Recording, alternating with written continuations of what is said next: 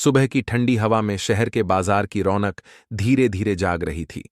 लोग अपने अपने कामों में व्यस्त थे। कोई सब्जी खरीद रहा था, कोई अखबार पढ़ते हुए चाय की चुस्की ले रहा था। ऐसे ही भीड़ में एक महिला धीरे धीरे चल रही थी, साधारण सूती साड़ी में, चेहरे पर हल्की मुस्कान और आंखों में एक अजीब सी गंभीरता। कोई नहीं जानता था कि वो दरअसल इस शहर की आईपीएस अधिकारी नेहा सिंह है। आज नेहा ने तय किया था कि वो अपने सारे औपचारिक पद, गाड़ी, वर्दी और सिक्योरिटी छोड़कर एक आम नागरिक बनकर इस सिस्टम की असली तस्वीर देखेगी।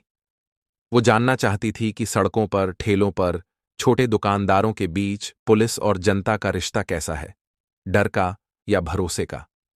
चलते चलते उसकी नजर एक ठेले पर पड़ी। रामदीन काका पानी पूरी वाले। लकड़ी का पुराना ठेला, किनारों पर नीली पॉलिश उखड़ी हुई, लेकिन उसके पीछे खड़ा आदमी जैसे पूरे जोश से अपनी जिंदगी से लड़ रहा था।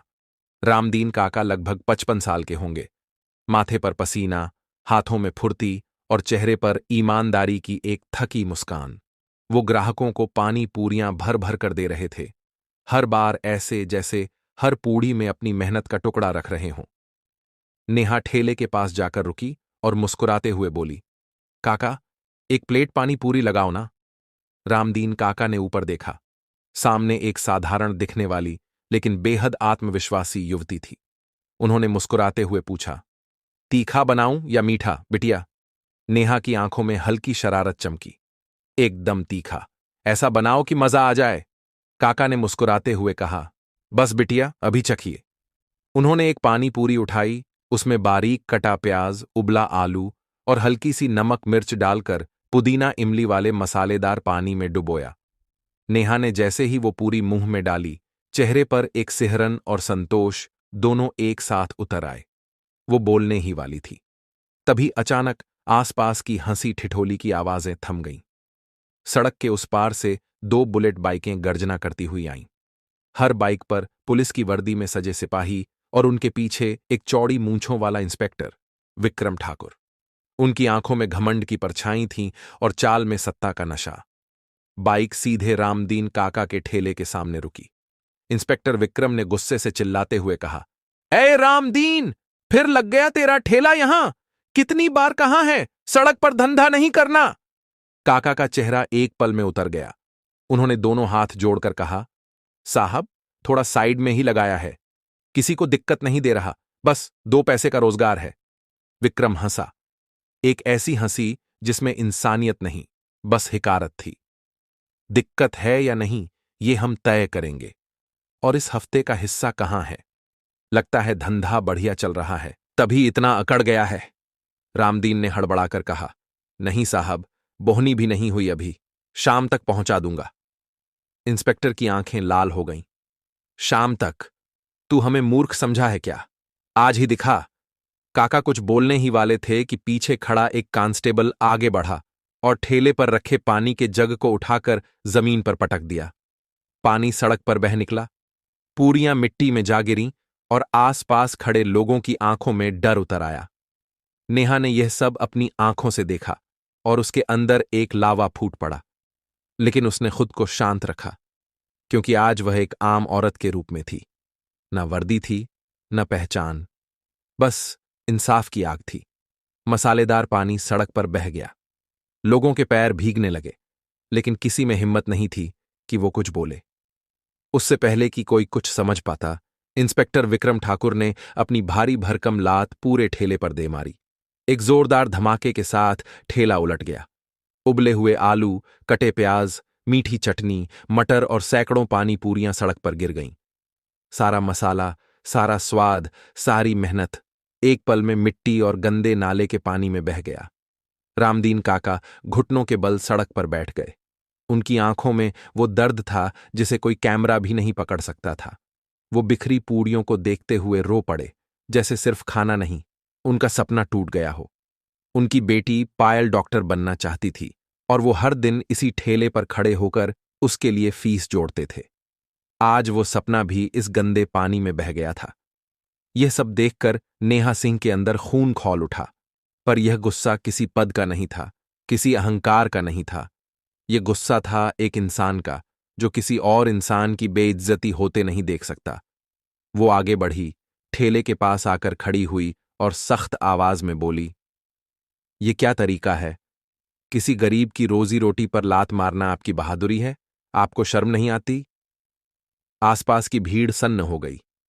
सभी की नजरें अब नेहा पर थीं। इंस्पेक्टर विक्रम ने उसकी ओर देखा। एक साधारण सलवार कुर्ता पहने औरत, बाल पीछे बंधे हुए, आंखों में दृढ़ता। वो कुछ पल के लिए ठिठका, फिर व्यंग्य से हंसते हुए बोला, ओहो, देखो तो जरा, आज समाज सेवा करने कौन आ गया है? मैडम, आप कौन हैं? इस बूढ़े की रिश्तेदार हो क्या? जाओ, अपना काम करो, ज्यादा नेतागिरी मत दिखाओ यहां। पास खड़े कांस्टेबल राकेश यादव ने भी ठाका लगाया। लगता है मैडम नई नई इस शहर में आई हैं। इन्हें नहीं पता कि इंस्पेक्टर विक्रम ठाकुर कौन है। भीड़ में कुछ लोग धीरे से हंसे, कुछ चुप रहे, लेकिन नेहा की आंखों में अब डर नहीं, आग थी। उसने गहरी सांस ली और शांत लेकिन बेहद मजबूत आवाज में कहा, मुझे फर्क नहीं पड़ता कि आप कौन हैं, पर मैं इस देश की नागरिक हूं और मुझे हक है सवाल पूछने का। कौन सा कानून आपको यह अधिकार देता है कि आप किसी की मेहनत को यूं सड़क पर बिखेर दें? अगर यही इंसाफ है तो फिर जुल्म किसे कहते हैं? यह सुनकर विक्रम ठाकुर का चेहरा तमतमा उठा। उसने कदम बढ़ाया और चीखते हुए बोला, बहुत जुबान चल रही है तेरी। रुक, तुझे अभी कानून सिखाता हूं। भीड़ पीछे हट गई। नेहा स्थिर खड़ी रही और अगले ही पल थप्पी पी पी पी पड़, एक जोरदार आवाज गूंजी। नेहा का चेहरा एक और झटका खा गया। वो लड़खड़ाई, पर गिरने से खुद को संभाल लिया। चेहरे पर 5 उंगलियों का निशान साफ उभर आया था। पल भर को जैसे पूरा बाजार ठहर गया। सन्नाटा, केवल किसी बच्चे के रोने की आवाज सुनाई दी दूर से। रामदीन काका ने अपने दोनों हाथों से सिर थाम लिया। हे भगवान! उनके मुंह से इतना ही निकला। भीड़ में कोई बोल नहीं पाया। डर और हैरत दोनों ने सबकी जुबान बंद कर दी थी। विक्रम ठाकुर मुस्कुराया। बड़ी कानून सिखाने आई थी, अब समझ आया? उसके साथी भी जोर जोर से हंसने लगे। नेहा ने धीरे धीरे सिर उठाया। उसकी आंखों से आंसू नहीं, अग्नि निकल रही थी। वो जानती थी, अब यह सिर्फ एक ठेले का मामला नहीं रहा। अब यह उस पूरे तंत्र की लड़ाई थी जो गरीबों को कुचलने में गर्व महसूस करता था। इंस्पेक्टर विक्रम ठाकुर ने हथेली हवा में झाड़ते हुए गर्व से कहा, अब पता चल गया कि पुलिस से दागा लगाने का नतीजा क्या होता है। नेहा ने अपने गाल को सहलाया। वहां सिर्फ दर्द नहीं, बल्कि गलत तरीके से पल्लवी हुई बेइज्जती की जलन थी। लेकिन उसके अंदर उठता हुआ गुस्सा अब किसी साधारण आग जैसा नहीं रहा था। यह एक ज्वाला बन चुका था जो सब कुछ जलाकर राख कर देने को तैयार था। तभी एक कांस्टेबल ने उसकी कलाई पकड़ ली। उसकी पकड़ कठोर थी, एक तरह का अधिकार जताने वाला होता। साहब, ले चलूं थाने में? उसने सचेत होते हुए पूछा। विक्रम ने गरज कर हां कह दी। ले चलो, आज इसकी सारी अकड़ निकाल दूंगा। भीड़ चुप थी। किसी भी चेहरे पर चुनौती की झलक नहीं थी, सिर्फ खौफ था। लोगों की आंखों में वही सालों से चला आ रहा डर दफन था। पुलिस के सामने झुकना उनकी आदत बन चुकी थी। नेहा ने भीतर से महसूस किया कि अब मामला गंभीर रूप ले चुका है। उसे पहली बार मन में आया कि अपनी असली पहचान बता दे। एक फोन और सारा खेल खत्म। पर फिर वही सवाल आया, और उस आम औरत का क्या, जिसका आईपीएस टैग नहीं? अगर आज नेहा अपनी पहचान दे देगी तो वो हवन स्थली कौन सा सच देख पाएगी जो अब तक छुपा हुआ है? उसने कठोर निश्चय किया, अभी नहीं। वह बिना कुछ बोले वहां से उठकर थाने की गाड़ी में बैठा दी गई। रास्ते भर वे अफजलाहट भरे मजाक करते रहे। बहुत तेज निकली है यह औरत, लगता है बड़े घर की होगी, कोई बोला। नहीं रे, अगर बड़ा घर होता तो बहक कर पानी पूरी नहीं खाती। किसी ने तंज कसा, जरूर किसी से भाग कर आई होगी। नेहा ने उनकी बातें सुनी, पर कोई जवाब नहीं दिया। उसने हर चेहरे का नाम अपने दिल पर अंकित कर लिया। हर शब्द, हर अंदाज, हर तामझा उसके भीतर एक एक करके कसौटी बन गया। थाने पहुंचे ही थे कि तरह तरह की आवाजें उठीं। विक्रम ने आदेश दिया, इसे लॉकअप में डाल दो। एक महिला कांस्टेबल ने दरवाजा खोलते हुए नेहा को खींचते हुए औरतों के छोटे से लॉकअप में धकेल दिया और लौह द्वार जोर से बंद कर दिया गया। बंद घुटन, धुएं सी बदबू और नमी से भरा कमरा, वहां का माहौल किसी जेल से कम न था। लॉकअप के अंधेरे कोनों में गंदे कंबल बिखरे थे, दीवारों पर पुराने निशान और छिद्र, जैसे हर दीवार ने किसी की दबी आवाजें सुन रखी हों। वहां पहले से दो और महिलाएं थीं, एक उम्र दराज, पर आंखों में ठहराव और सूझबूझ लिए हुई, दूसरी जवान पर भय से झुकी हुई। बुजुर्ग महिला ने सहमी आवाज में पूछा, बहन, तुम्हें क्यों पकड़ा? उसकी आवाज में अनुभव की थकान थी। नेहा ने हल्की परत वाली मुस्कान दी। वह जानती थी कि अब नाटक ज्यादा चलने नहीं देगा, पर उसने शांत स्वर में कहा, मैंने बस एक गरीब की मदद करने की गलती कर दी। बुजुर्ग ने आह भरी और धीरे से कहा, गरीब? इस देश में गरीबों की कोई जगह नहीं। कानून सिर्फ अमीरों के लिए है।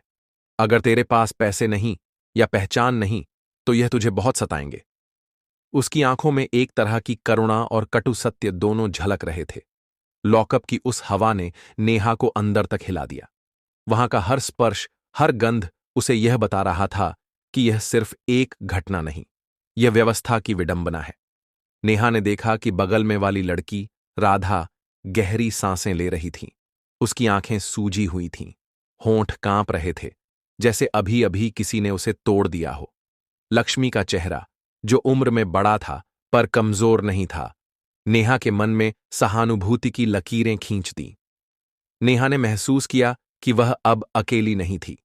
यह चारदीवारी सिर्फ लोहे की नहीं, समाज की उस बेइज्जती की दीवार भी थी जिसे उठाकर उसने खड़ा कर दिया था। उसने अपने भीतर कठोर संकल्प जगा लिया।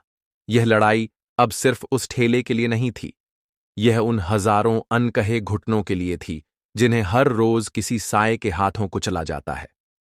कमरे की खिड़की से धूप का एक पतला सा किरण टपक रहा था। उसे देखकर नेहा के चेहरे पर कटु मुस्कान आई। उसने निश्चय कर लिया, बाहर निकलकर बिना शोर शराबे के वह ऐसा सबूत जुटाएगी कि यह तंत्र खुद अपने पैरों पर खड़ा न रह सके। पर पहले उसे इन औरतों की कहानियां जाननी थीं, लक्ष्मी की, राधा की और रामदीन काका की बेटी पायल की। नेहा धीरे धीरे अपनी सांसों को समेटते हुए बैठ गई। कल उस जख्म का निशान उसके गाल पर रहेगा, पर उसकी आंखों में अब न्याय की एक ठहरी हुई चमक थी। उसने अपने आप से कहा, मैं वापस आऊंगी और ये लड़ाई मैं अकेले नहीं लड़ूंगी। लॉकअप की ठंडी दीवारों में एक औरत की कराह सुनाई दी। राधा अपनी चोट और अपमान के आंसू रोक न पाई। उसने साफ साफ कहा, दीदी, मैंने बस वही किया जो मेरे दिल ने कहा। अपनी पसंद के लड़के से शादी करने की सोची थी। मेरे घर वालों ने ही मुझे पकड़वा दिया। सुबह से वे पीट रहे हैं और अब कह रहे हैं कि चोरी कबूल कर लो। नेहा का दिल गहराई से कांप उठा। यहीं वह जमीन की हकीकत थी। वह वही तंत्र था जिसकी वह अधिकारी थी, वही झूठी ताकत जिसमें इंसानियत दब कर रह जाती थी। हर सिसकी, हर टटपा हुआ रोना ने उसे भीतर से तकलीफ दी। यह अकेली घटना नहीं, लगातार होने वाला दमन था। कुछ देर बाद वही घमंडी चेहरा फिर सामने आ गया। विक्रम ठाकुर पान चबाते हुए थाने के द्वार पर खड़े थे। उसने सलाखों से झांककर तिरस्कार भरी आवाज में कहा, और समाज सुधारक मैडम जी, हमारा सरकारी मेहमान खाना कैसा लगा? उसकी आवाज में मजाक और अपमान दोनों मिल रहे थे। नेहा ने बिना डर के उसकी तरफ देखा। आंखों में चोट और जख्म की आग थी। इंस्पेक्टर, आपने अच्छा नहीं किया। आपने अपनी वर्दी का अपमान किया है, उसने कड़वे शब्दों में कहा। विक्रम ने थूकते हुए कहा, वर्दी का पाठ मत पढ़ा, चुपचाप इस कागज पर साइन कर दे। उसने एक कागज थमा दिया। उस पर लिखा था कि नेहा ने सरकारी काम में बाधा डाली और नशे में हंगामा किया। नेहा ने ठंडे स्वर में कहा, मैं किसी झूठे कागज पर साइन नहीं करूंगी। मैंने कोई गलती नहीं की। विक्रम की शक्ल कड़क हो गई। उस पल उसका इशारा साफ था, निहित धमकी। ना करेगी? ठीक है, यही मच्छर काटेंगे तब अक्ल ठिकाने आएगी। या फिर दूसरा तरीका भी है हमारे पास। बताओ, मंजूर है या नहीं? उसकी आवाज में उसे आनंद मिलता था, सत्ता का कठोर प्रवाह। नेहा ने मुंह में आ गया गुस्सा दबाकर कहा, अपनी औकात में रहो इंस्पेक्टर, मैं साइन नहीं करूंगी। विक्रम गुर्राया और बोला, राकेश, इसे अंदर ले जाओ और समझाओ कि पुलिस की बात न मानने का अंजाम क्या होता है। दो सिपाही अंदर आए और नेहा को उठाकर खींचने लगे। नेहा ने आखिरी बार कहा, मैं बेकसूर हूं। पर एक सिपाही ने बर्बरता से उसके बाल पकड़कर उसे घसीटते हुए अंधेरे कमरे में फेंक दिया। सूट का पल्लू खुला, घुटनों पर चोट लगी, पर नेहा की आंखों में अब इधर उधर नहीं, बल्कि ठहराव और प्रतिज्ञा थी। विक्रम अंदर आया, हाथ में लकड़ी का डंडा लिए। उसकी हंसी में कोई दया नहीं थी। उसने सवाल किया, अब बता, साइन करेगी या ये डंडा तेरी सारी समाज सेवा निकाल देगा? नेहा ने आंखों में आग ली कहा, मारो मुझे, पर याद रखना, हर एक चोट का हिसाब तुमको देना होगा। विक्रम ठहाका मारकर बोला, कौन लेगा हमसे हिसाब? तू। और फिर नेहा को फिर से लॉकअप में फेंक दिया गया, पर अब उसका संकल्प लोहे से भी मतलबी मजबूत था। रात कठिन रही।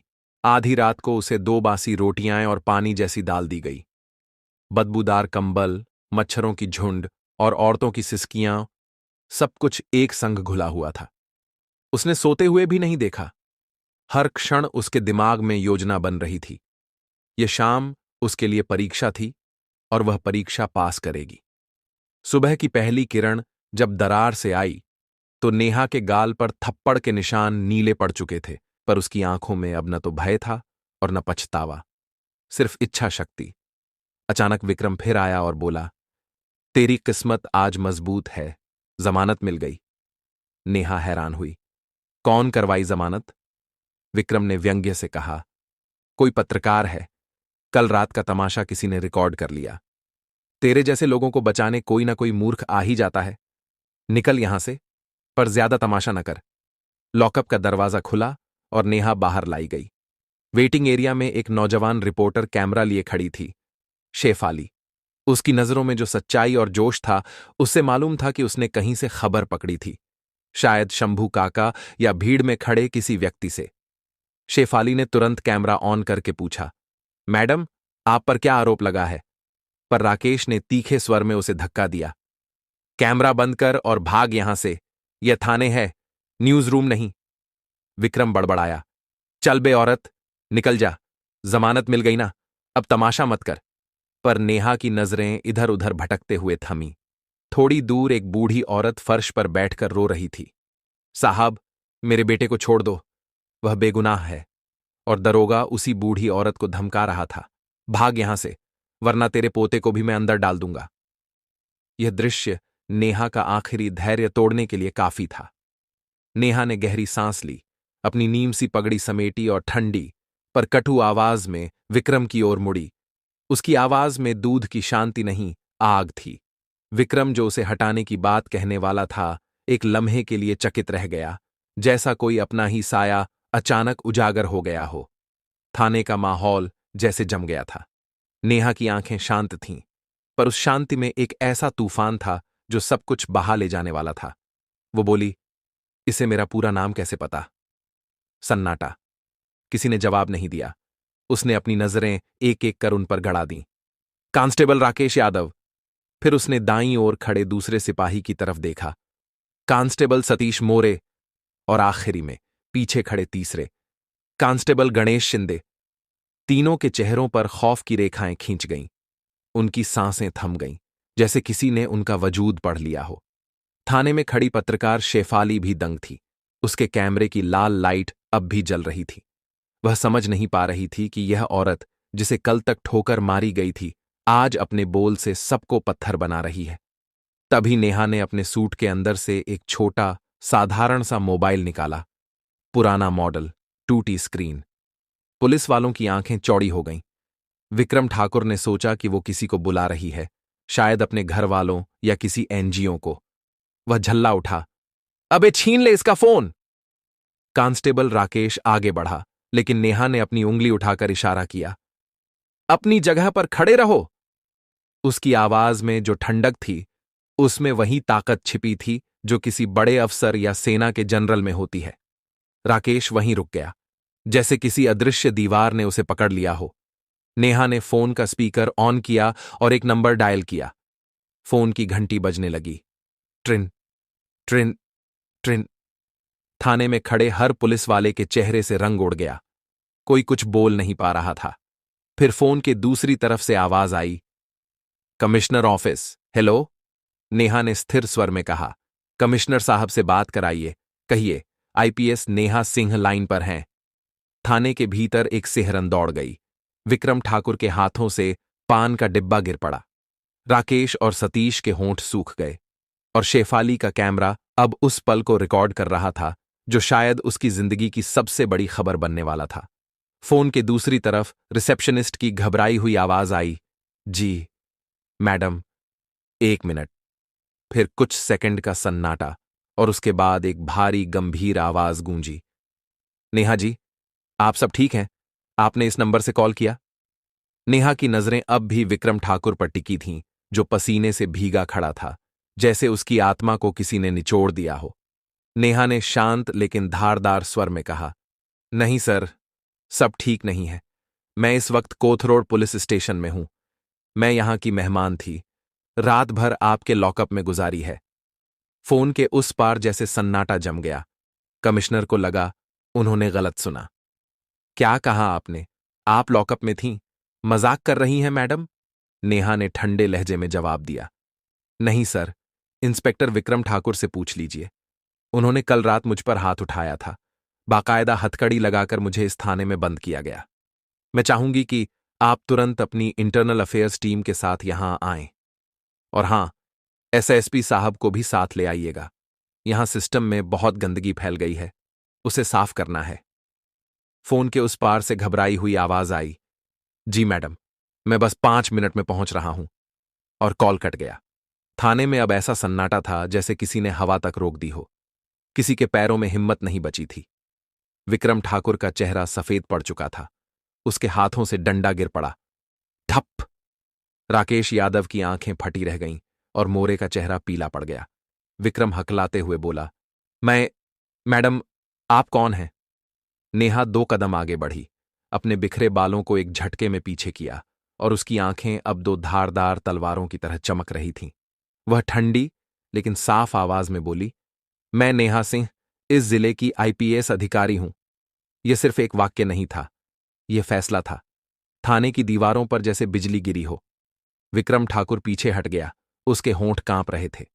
राकेश यादव ने धीरे से नजर झुका ली और शेफाली का कैमरा अब भी रिकॉर्ड कर रहा था, हर चेहरा, हर पसीने की बूंद, हर कंपन। उस पल सबको एहसास हो गया, जिसे उन्होंने कल कुचला था, वही आज उनका फैसला सुनाने आई है। जिले की आईपीएस अधिकारी भेष बदल कर आईं और पुलिस ने उन्हें पीटा। यह खबर जैसे आग की तरह पूरे सिस्टम में फैल गई। यह कोई मामूली बात नहीं थी, बल्कि प्रशासनिक इतिहास की सबसे बड़ी शर्म और सबसे बड़ी चेतावनी थी। थाने के भीतर इंस्पेक्टर विक्रम ठाकुर की जुबान अब साथ नहीं दे रही थी। मैडम, गलती हो गई, हमें पता नहीं था। वह घुटनों के बल गिरने ही वाला था कि नेहा की आवाज गूंज उठी, खड़े रहो इंस्पेक्टर। उस एक आदेश में वह अधिकार था जो किसी संविधान की पंक्तियों से भी भारी पड़ता है। विक्रम वहीं जम गया, जैसे वक्त ठहर गया हो। ठीक 5 मिनट बाद थाने के बाहर सायरन की आवाजें गूंज उठीं। 1, 2 नहीं, पूरा काफिला। 6 पुलिस की गाड़ियां थाने के गेट पर एक साथ रुकीं।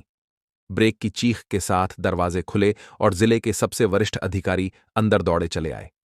सबसे आगे एसपी साहब, पीछे एसएसपी और साथ में कमिश्नर खुद। अंदर का दृश्य देखकर सबके कदम थम गए। थाने के बीचों बीच साधारण साड़ी पहने, चेहरे पर थप्पड़ का नीला निशान लिए, बालों में धूल और चेहरे पर दृढ़ता लिए आईपीएस नेहा सिंह खड़ी थीं। कमरे में इतनी खामोशी थी कि पसीने की बूंद भी गिरती तो सुनाई देती। एसपी साहब ने तुरंत हाथ उठाकर सैल्यूट ठोका। मैडम, ये क्या हो गया? उनके पीछे खड़े सभी अफसरों ने भी सैल्यूट किया। थाने का पूरा स्टाफ, जो कल तक इनका तमाशा देख रहा था, आज सिर झुकाकर अटेंशन में खड़ा था। वो इंस्पेक्टर विक्रम ठाकुर, जिसने कल रात उसी औरत को थप्पड़ मारा था, अब कांपते हुए अपने ही पैरों पर टिकना भूल गया था। उसका चेहरा राख हो चुका था, पसीने की धार उसके कॉलर तक बह रही थी। नेहा ने सीधी नजरों से एसपी की ओर देखा, फिर कहा, कमिश्नर साहब, कल रात मैंने अपनी आंखों से देखा कि आपकी पुलिस आम जनता के साथ कैसा सलूक करती है। उन्होंने एक एक शब्द नप्पे तौले लहजे में कहा। जब मैंने एक गरीब आदमी के हक में आवाज उठाई तो आपके इस बहादुर इंस्पेक्टर ने मुझ पर हाथ उठाया। कमिश्नर का चेहरा शर्म और गुस्से से लाल पड़ गया।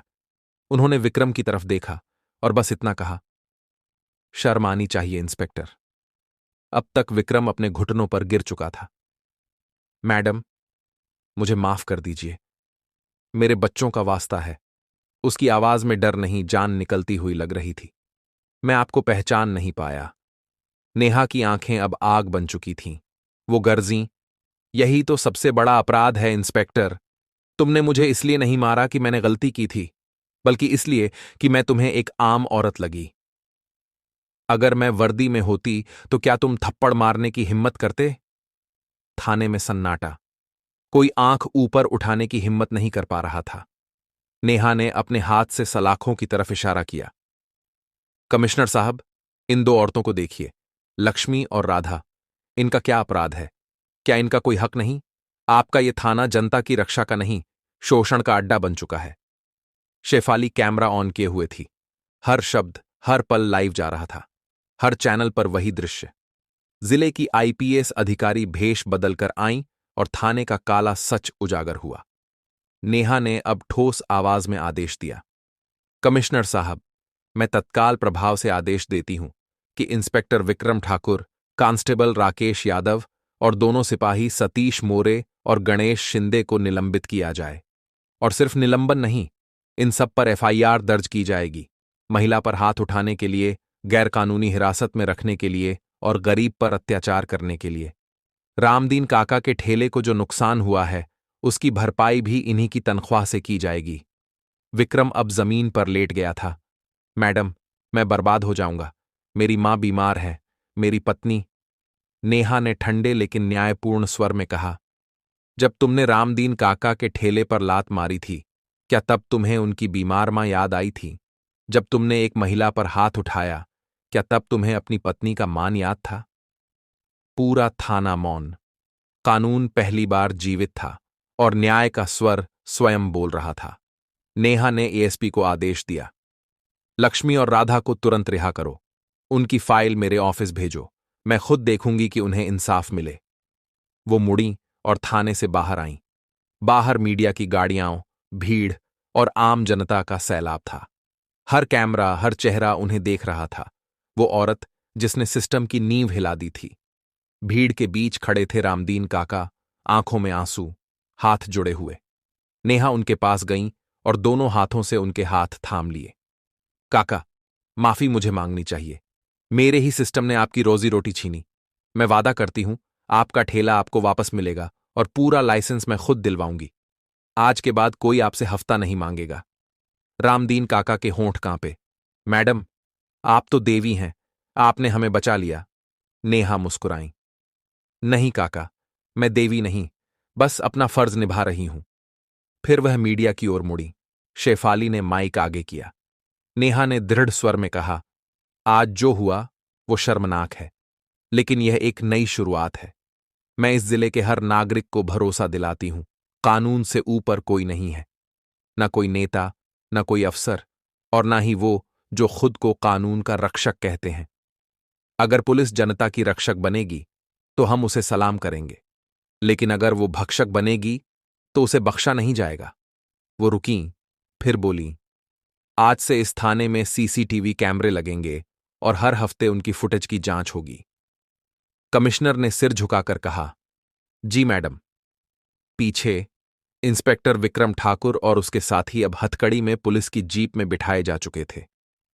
कल तक जो वर्दी उनका घमंड थी, आज वही वर्दी उनकी बेइज्जती का सबक बन चुकी थी। नेहा ने एक गहरी सांस ली। उनका चेहरा थका हुआ था। गाल पर चोट अब भी नीली थी, पर उनके दिल में पहली बार सुकून था, क्योंकि आज उन्होंने सिर्फ एक अफसर के रूप में नहीं, बल्कि एक इंसाफ की आवाज बनकर सिस्टम की गंदगी को धो दिया।